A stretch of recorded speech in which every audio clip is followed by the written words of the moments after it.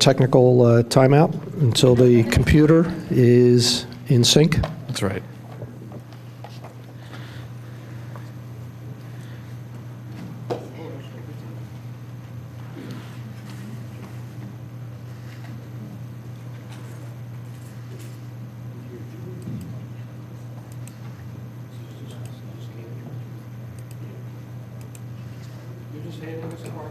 About 5 minutes.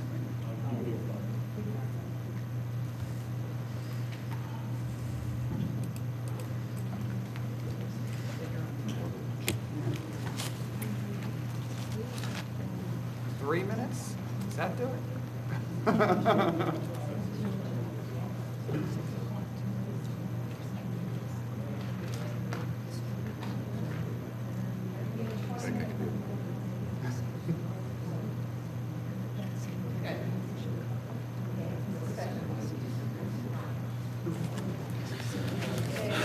All right.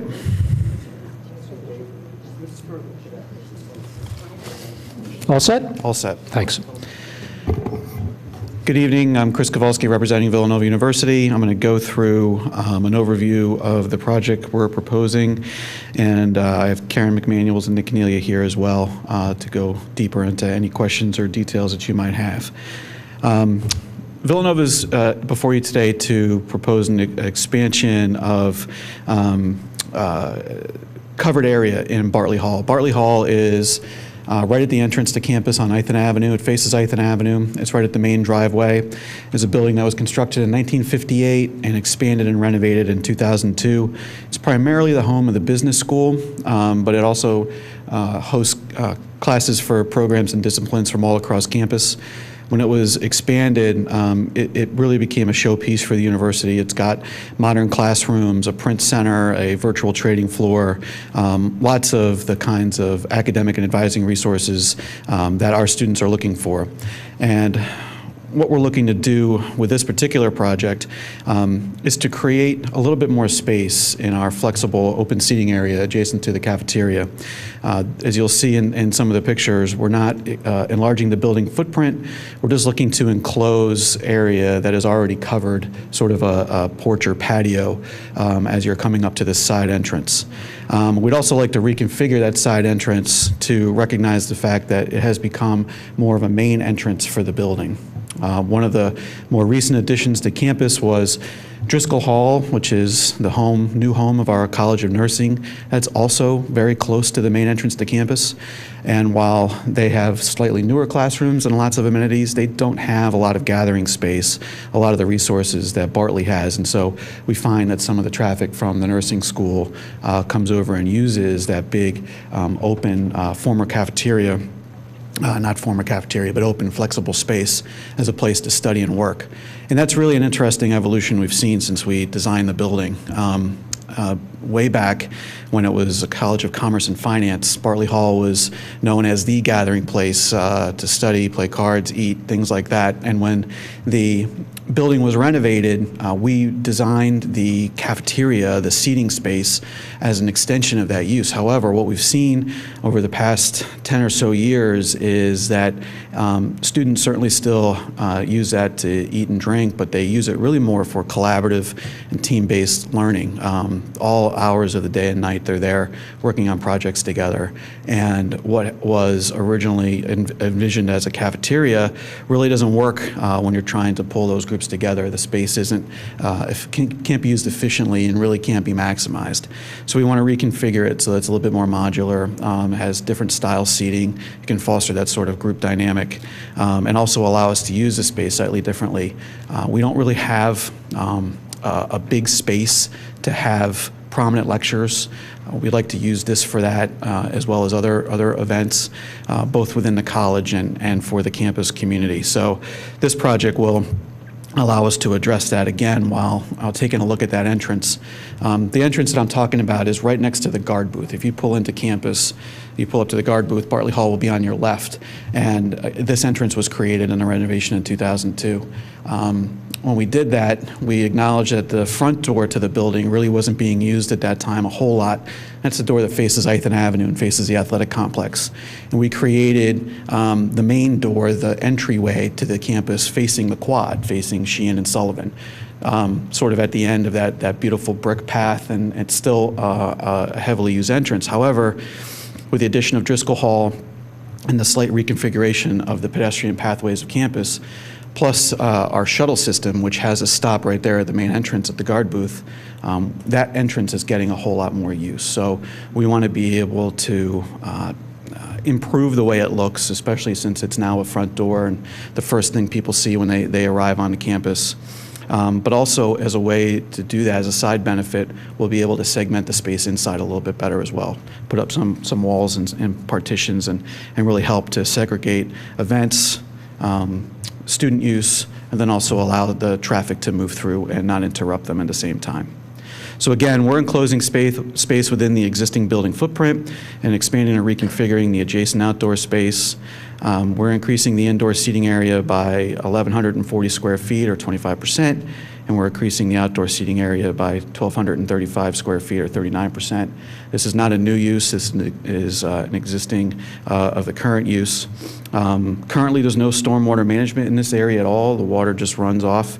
We're going to be able to implement stormwater management measures. Karen can go into those in more detail, but it's basically a detention basin that will allow us to reduce stormwater by 18 to 30%, depending on the storm.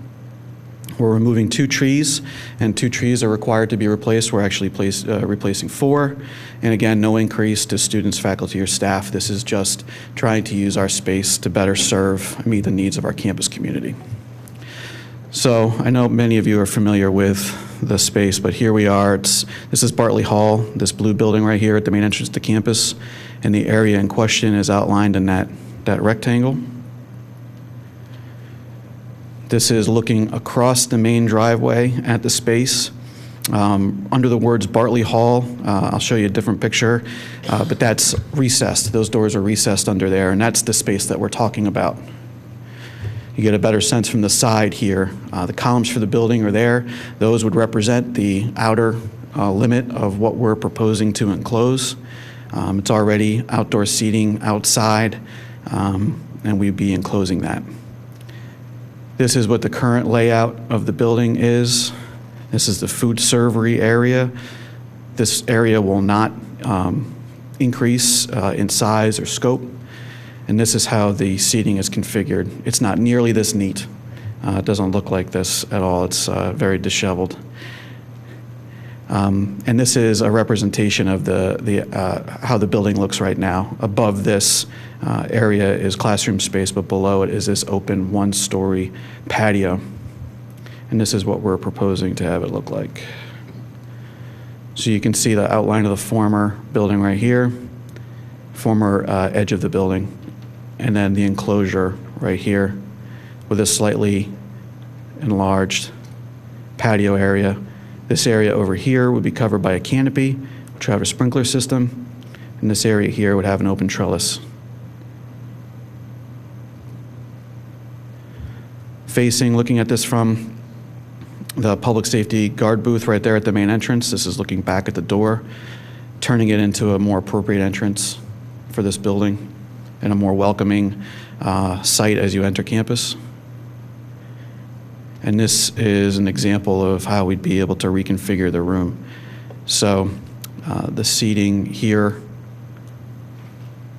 would be realigned. We'd be able to add partition walls. We changed the kind of seating. We have some lounge seating here. Students like to be comfortable. Some booths back here. And then this allows us to be flexible with this space that opens both in and out. And then the seating and gathering area outside. And that's our project. Any questions for me or any questions for Karen or Nick? I actually have a few. So you said at the beginning that you're not increasing the building size, but you are increasing impervious because you're taking out those 2 big magnolia trees. We are increasing impervious. I think it's... Yes. And it's going to be an even greater slight nonconformity, right? I mean, at this point, so this, for me, feels, What's that? Susan, we're not non-conforming on impervious. Oh, I We thought I comply read with that- impervious. pardon? We comply with the impervious requirement.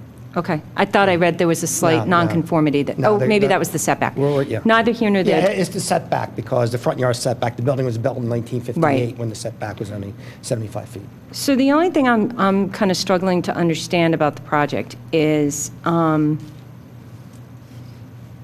you're increasing your seating, so why isn't the parking having to conform to seating? Just like when we did the project at Eastern, the portion of that building that was going to have dining, we made them calculate the number of seats that they were going to be providing for dining. I mean, I've gone on your website, it clearly Bartley Hall is Cafe Exchange. The project letter that we got from your engineer talks all about that the point of this project is to increase your seating area at the Cafe Exchange, or the Exchange Cafe, whatever you call it. And I see 36, I mean, just based on the drawing here, 36 additional outdoor seats. Those 36 are on the original drawing as well. Well, I needed to go back, yeah, so I Yeah. was going to flip back and forth. But it looks like a whole lot more seating. It's only in- 20 more seats. Okay, so 20 more seats would be 7 parking spots. Well, we have calculated that we need 4 additional parking spots for the additional square footage, No. which we can accommodate. I understand that because you use the unspecified, the kind of the unspecified room use calculation. And I guess my question to staff and to Well, the engineer is, why isn't this a dining Before you do that, I mean, as I mentioned, there are students who eat here, but that's not the only activity. We're doing this in an evolution. I mean, you could come there at any point in time, and certainly just like any other place on campus or any other table on campus, there might be people with food, but it's changed in how it's serving our student population. It's more of an event space, a study space, really. Your letter that you submitted says Villanova University is proposing to expand the existing indoor and outdoor seating areas associated with the Exchange Cafe located in Bartley Hall. You can go to Starbucks and you can go to Chipotle, and at any given time of day, people are just sitting around and talking. But I promise you, our parking is based on seating for an establishment. Susan, if your calculation's accurate, we need to provide 3 more parking spaces, which you already have an excess of. So if, as I said, it is so minimal that, and your rationale would be if Villanova was putting a table in their library, that they would also have to increase parking as well. But as I said, using the 20-seat increase divided by 3, that would mean 7 parking spaces rather than the 4 parking spaces that we are providing. So we would have to reduce our parking availability by 3 more parking spaces. Actually, it was more a question for staff. I was trying to understand why this wasn't calculated that way, because on the zoning, because that would put it in the realm of kind of needing to evaluate, you know, all the parking counts on page 2. That parking calculations were approved by the Board of Commissioners during the conditional use process. We are not going to go back and revisit that and spend another 10 meetings going over parking. I'm sorry. That's already been approved. What, I'm sorry, I'm just referencing the parking on page 2. This is more a question for staff, Nick, not for you, of trying to understand why this is based on general versus dining, and then given that, how does the parking jive up for that? I can answer that. Based on my interpretation, it was an expansion of a general use space and not just an expansion of the cafe. Even though the narrative says completely the opposite of that? They weren't expanding anything in the cafe itself. Well, I mean, this picture looks like a heck of a lot more tables than the last one, and I think the applicant just acknowledged that they're putting in 21 more seats in the cafe, just on the inside. That's really my only, that question and the question about adding any impervious. So I totally get that they can enclose this thing and it doesn't affect the impervious and the perk test doesn't work, but why do the outside if they can't meet the perk test? Why, in a situation where they already can't meet it, why increase the impervious at all? That's kind of my overriding question about that piece of it. I get that it's just a teeny tiny bit, but death by 1,000 cuts, you know? Well, remember, again, we do comply with the impervious coverage. We're way below the impervious coverage in the PI zoning district. Also, I'll call Karen. Karen can explain what we're doing with the impervious coverage. This is an increase of 1,200 square feet currently where there is no stormwater management at all. And Karen will discuss basically what I believe, Karen, you have a calculation also perhaps of percent increase or how much we're making it better than what currently exists. I'll turn it over to Karen. Good evening. I'll just go through the... Can you switch to the table, please? Thanks. Yeah.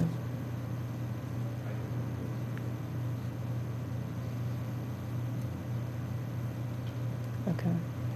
So right now, the existing conditions, the front of the building, this hatched area that you see right here is all brick pavers. And this is the entrance. It's just one big open space. There's a couple of railings on the outside. Slope-wise right now is not ADA compliant with coming up through here. So as they were saying, what we're trying to do is we're trying to improve this entrance because this has become the main entrance. This is where everybody comes in and out of this space. So we wanted to get rid of that big open space and make it more user-friendly.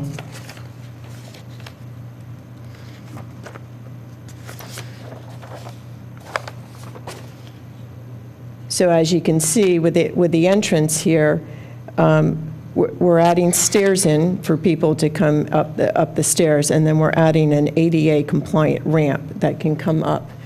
The main doors are still going to stay in the center of the building, but we've created, because there's outdoor seating areas that students sit and study and do other things. I mean, we've created these outdoor, trying to get more pleasant spaces for outdoor seating for the students.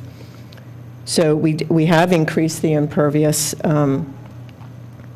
compared to what was there, but we were making a more pleasant experience and more nicer seating area for the students. As we said, this whole area right now slopes this way, and it drains to Lancaster Avenue, or I'm sorry, to Ithan Avenue, and runs down Ithan Avenue. So there's no stormwater management in this area right now. So we're proposing to collect everything. We have several inlets along here. We have an underground basin here that is going to manage the storm, and we tie it into an existing inlet and now take it down through the storm system that goes down past the health service building. So we've taken all the runoff off of, in this area, off of Ithan Avenue. So we feel that we're improving the storm water runoff, and we're adding stormwater management for this area. So you're improving the post-construction runoff will be less than the pre-construction, Correct. even though you're increasing the impervious coverage. Even though we're increasing the impervious. So depending on the storms, starting with the first year storm, we calculate that we're decreasing the runoff by 18%, and it gets larger for each year. Up to a 100-year storm, we're decreasing at 32%. So each storm, we're decreasing the runoff. Right. And are you also under your total impervious coverage for the campus? For the campus, yes, we are. Okay. Can you just highlight the area that you are controlling the stormwater for? Yes, it's all the impervious areas, so all the new paved areas. So this area will slope to an inlet that's here. All the paved, there's a high point here, so this is all being taken to that inlet. This centerpiece right here is taken to these two inlets, and then this paved area here is taken to these two inlets. And the underground is underneath. So none of the actual building that's being enclosed, it's just the outdoor space? It's the outdoor space, Okay. correct. Why are you requesting a waiver from the exact stormwater management requirements? There's two waivers. One is the perk because there is no perk on site. We've had it tested. There's no perk. And the other one was, in this particular drainage area, there's a requirement to take the 5 down to a 2-year storm. And right now, the 2-year storm is .57. Our proposed 5-year storm is .61. So we're over by like .05. And so hence we've asked for the waiver. So we're taking a 5 down to a 2, and we're improving at 27%, but we're like .05 difference. So it's not just a function of another 50 square feet of retention? No, we ran those calculations. And right now, the discharge pipe that we have coming out is a 3-inch PVC, which is the smallest allowable by code. That's the other control to the underground. So what you need to understand is the reason they can't improve it any further is that small size pipe is still a lot of release in a small storm, as opposed to in the larger storms. It can give you the controls you want, and you certainly don't want to be any smaller than that because of it won't function. It'll get clogged or whatever. So like you were saying, adding a little space, it's that pipe that's controlling at that point. Well, then we couldn't use a 4-inch pipe? That would actually be worse for Yeah, that them, would be but worse, probably better for maintenance. Right. We wouldn't be able to control the storm as much. The stormwater runs down the hill, down to the train tracks and under? Yeah, it runs down Ithan underneath the train track, the bridge there, and goes down into Lower Merion. Poor Lower Merion. There's a creek right there, is it not? Yes, there is. There is.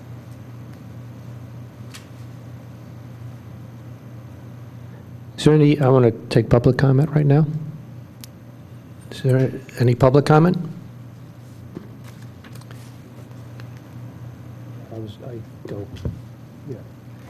And is there any other questions on the applications? Not comments, questions on the application from the applicant from the board? Okay. So if we can just review staff comments.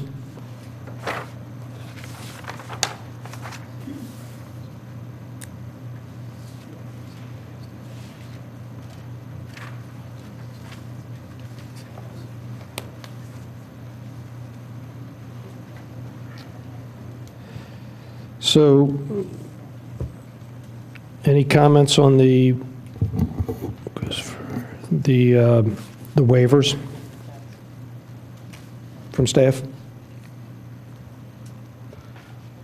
I would just add the one that Karen was just speaking about with the difference in the rate control being .05 CFS from meeting that's basically immeasurable, that amount.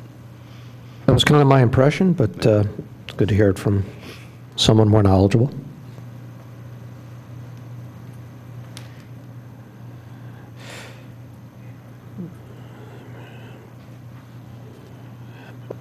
Mr. Chairman, if I could add, the applicant was into Shade Tree Commission last week, and the plan was approved. The only change was some additional tree protection, which will be noted on a revised plan at some point in the future. So there's just additional tree protection from the Shade Tree Commission. Thanks, Steve.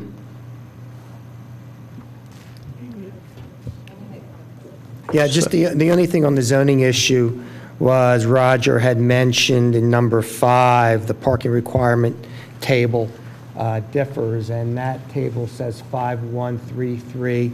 Our recorded plan that was recorded for the land development on Lancaster Avenue is 5126. So actually, the number should be 5123. It says 5133 in the plan. Roger picked up on that, and it should be 5126. Yeah, and the applicant indicated to me tonight that they would be giving me a revised chart.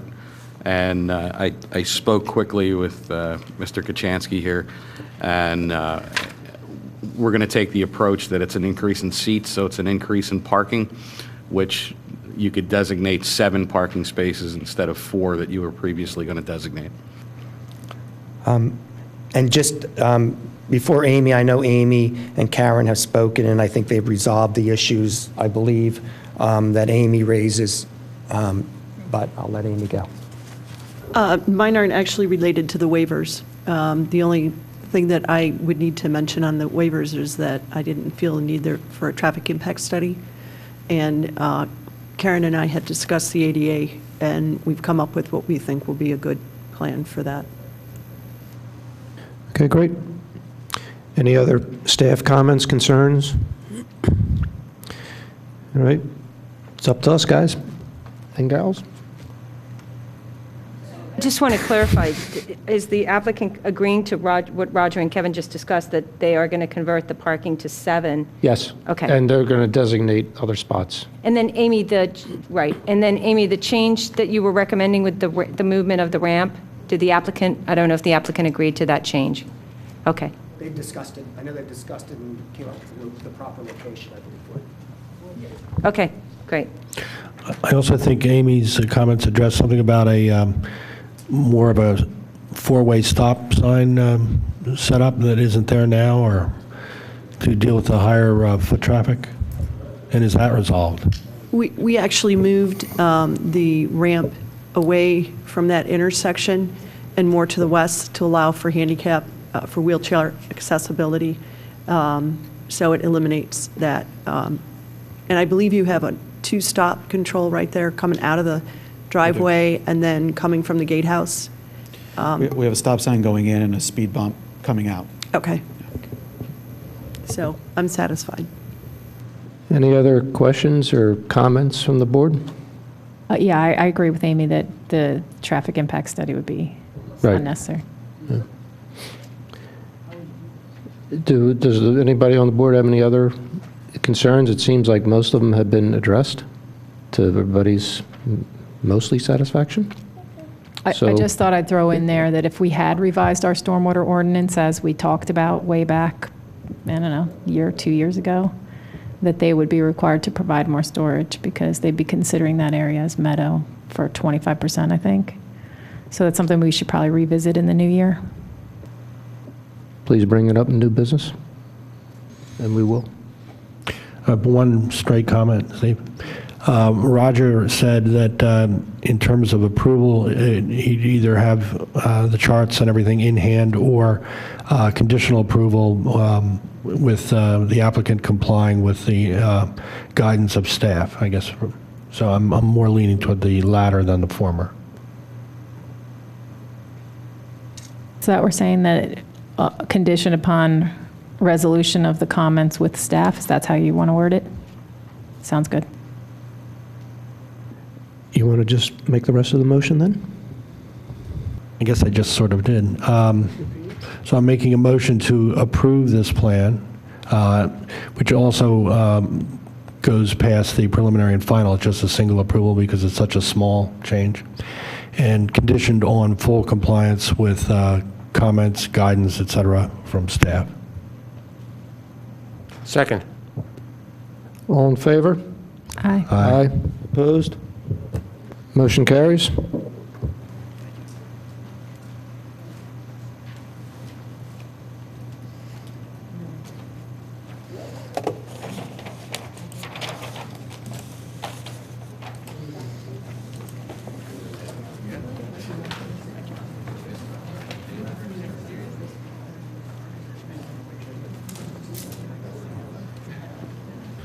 Dave, if you're ready. Real quick, I think we need to make a clarifying point in that about whether or not that's conditioned also on the waivers within the letters.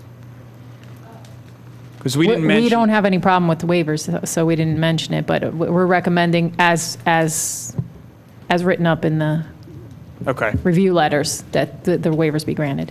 No one had an issue with the waivers, right? And making the change to the parking calculation, but we already discussed that. Right, we just wanted that on the record that it's stated that way. Thank you.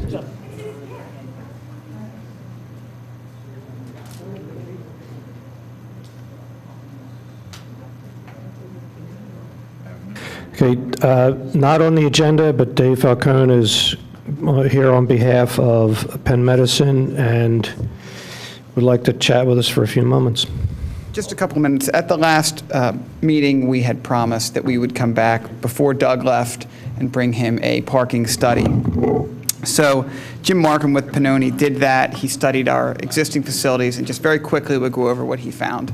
It'd be more for informational purposes only. Mr. Falcone, can we get one for Mrs. Jones for the record? Kevin and I recommended aisles since we need Go ahead. Hi, I'm Jim Markham with Pannoni Associates. We looked at the potential parking demand of the new Penn Medicine site on King of Prussia Road. We looked at it 3 different ways. That's what this memo consists of. First, we counted the Valley Forge site in Berwyn and the other the existing Penn Medicine site on King of Prussia Road. By counting, I mean we had someone out there all day long counting the occupied spots versus the total spots in 15-minute increments throughout the day. And from that, we derived the peak of the parking happens in the late morning, and included a parking rate per 1,000 square feet for the existing facilities. That's what you see in Table 2 on page 2. So for the Valley Forge site, in the morning, the peak demand rate was 2.21 spaces per 1,000 square feet. In the afternoon, it was a little less. Same pattern at Penn Med in Radnor here, but in the morning it was 3.12, in the afternoon it was 3.03. So that is the busiest 15-minute increment in the afternoon in the morning and the afternoon. Next, we looked at the institution of ITE parking generation. Basically, they publish parking generation rates for lots of uses, and trip generation rates is probably where you're more familiar with it from looking at traffic studies. Using medical, dental, office building, the little table at the bottom of page 2 is just copied straight out of that book, what the different rates are. It's broken down a little differently because there's lots and lots of data points. So the average peak hour period speaks for itself. That's the average parking rate per 1,000. The 85th percentile is the site that is at the 85th percentile of parking demand, and similar for the 33rd percentile. So the average peak period is 3.2 vehicles per 1,000 square feet. The third way we looked at it was specifically the Radnor Township ordinances. Radnor doesn't have a specific ordinance for the medical dental office, so using the ordinance where it suggests 300 square feet, where it suggests the rate for land uses not specified, you get 1 space per 300, which is 3.3 per 1,000 square feet. Using office building, the rate changes as the office building grows, so it varies. This office building's not finally designed, but we've been around the neighborhood of 240,000 square feet, and that generates 3.6. That would require 3.68 parking spaces per 1,000 square feet. So in conclusion, which is basically the last page of the memo, we're proposing to construct 4 spaces per 1,000 square feet for the new site that would meet or exceed the existing standards, the ITE standards, and either way you want to interpret the Radnor ordinances. So those are the 3 ways we looked at it and the conclusions we drew. You're welcome. Thank you. Any questions? Well, it's my understanding in talking to Dave on the way in that staff is just seeing this for the first time too, so I guess we need to hear from staff eventually about this. Oh, absolutely. This isn't actionable or just a, informal presentation. I did send it along to Steve Gabriel last week and asked him to forward it on to any staff that would need to. So see it. But again, we wanted to come tonight so that Doug could have it before he went on his merry way. I'm kidding. We're here. We said we would bring it back when we had it. This is our first opportunity to do so, so we know that it'll be digested from the township perspective as well. But now you all have the information that we have.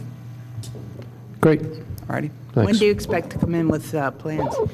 So it's interesting, Kathy, right? We're waiting on the ordinance, right?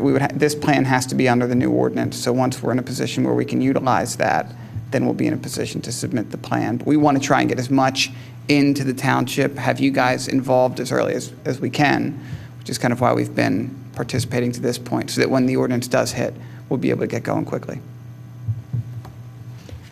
Dave, and knowing that you counted it looks like every 15 minutes, when it says the peak, that's just the peak number of people in the spots. But from that, we wouldn't necessarily infer turnover, right?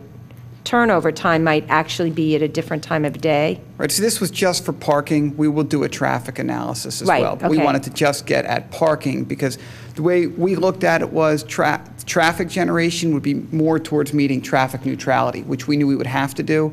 But this might help shape the discussion on framing where appropriate parking would be for a facility like this, which we thought had to be ahead of the ordinance. Yeah, no, I appreciate that. I was just confirming that's what Yep. I inferred from this. Yep. This was parking, not traffic. Because there That's may right. be a very different time of day that the turnover times. Right, this is Okay. for parking purposes. Thank you. All righty, thanks. Thanks. All right, and that's it. Any additional public comment? Any old business? Well, I got some old business. That would be new business. Under old business, I guess, Doug, that means you. So after 8 glorious years of service, Doug's going to throw in the towel. Not exactly throw it in, but Or we're throwing it in for him, but whatever. I would like to say it's been an honor and a pleasure to serve here, especially with all the people on the board and the township staff. I know I've at times been the word obstinate, to be nice, particularly with respect to new ordinances and stuff like that, but I just trying to look out for what I thought was the best interest of the community. Maybe I failed, yeah, but it's been fun. I look forward to watching you, and I'll come down here and show you my face now and then. But thank you all very much. Well, thank you. Thank We you, appreciate Doug. it. Thank you. Thank you.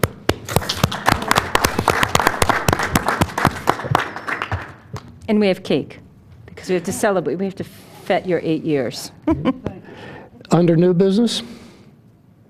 Nominating committee? Yeah, nominating committee. Do we have to deal with the nominating committee for next month, right? Is that accurate? I think I talked to Susan. I thought the Board of Commissioners was going to. You can do us. You can do this in January also. The first 15 minutes can be your organizational meeting, and you can move forward, however you wish to proceed. Okay. Okay, good. Thank you. Do you want to bring up stormwater now or next time? Yeah, sure. So with that in mind, can we get that on the agenda for the next meeting to discuss those? I think Roger had a hand in some revamping of came around once and then came around again, and I think some of the ideas were really good ones to actually be able to, on some of the stormwater facilities that homeowners tend to use, we're not giving them credit for some storage, that really needs to be corrected, as well as putting in something for redevelopment. I think those two major things, if we could just get those two rolling. I don't know what it takes to get that incorporated into our code. Well, right now, so the presentation was made to PC. Roger's going to be presenting to the EAC, and we'll get some comments from them, and then maybe we can swing back or provide that for you to get any specific comments that you have on that. But if you have specific comments, Regina, please feel free to email them to Roger and I. And when this whole process is done and we present it to the board in whatever final fashion it comes in, I will attach all the various comments from the committees. And we're going to have some public meetings, which we haven't done yet. So all that will be a part of that. Well, I think the changes that were recommended were fairly minor. There could be a much more significant overhaul of the ordinance, but I think those are more of an interim measure that should be, kind of fast-tracked rather than, a big fanfare, because that's not, they're nominal. at this point. I mean, I don't know if Roger wants to weigh in on the impacts that they would have. I think they're fairly favorable for residents, as well as favorable for improving our, the capacity of our systems receiving water from redeveloped sites. That's the two takeaways that I had from it. Can I add something to that real quick? I was hoping that maybe as you are looking at the stormwater, that specifically with residential, if we can look at different ways besides the dry well to infiltrate water on a property, because I'm finding that a lot of times, sometimes it just doesn't work in certain areas. I mean, you guys know that. And I'm wondering if sometimes there's properties that don't necessarily fall under the need for stormwater, but they're recognizing that are on their own property, that they're having problems infiltrating water. And so things like, we could have the rain gardens as some particulars. Like, I really like the way you've laid out for just the general homeowner to be able to somewhat design their own stormwater system, understanding what their needs are going to be, even if they have to call a professional to do that. It'd be nice to have the rain gardens on there, or rain barrels, or a way to use their own water over again, so they can see how it can be of a benefit too, where they might not be able to percolate it. They can use it for watering their plants in the summertime when we have droughts and things like that. So it's been talked about before, but maybe if we could just expand upon some of the other set up systems for people under the 500, or even 500 to 1,500. Will do. Thank you. Do you know? Those are allowable now, as long as you're showing the calculations. Those are not, they're allowable under the current ordinance. Those can be used, but also keep in mind that there is, for those who are not using it to meet an ordinance, there's credits, there's a rebate available for homeowners if they proactively install these. In cases like you were saying, if they don't have a requirement, they can, through Radnor Township, get some reimbursement for their costs. The 500 is voluntary. I will say, though, just to remind the committee, we do have a hard deadline tonight. Real quick, is this also going to go to the Stormwater Advisory Committee? It was there. We will be. That's going to be our final circle back. Okay. Before we go to the Board of Commissioners at one point. One 10-second comment. The EAC meeting is not until January 20th or 26th. The next one. Motion to adjourn? Second? So moved. All adjourned?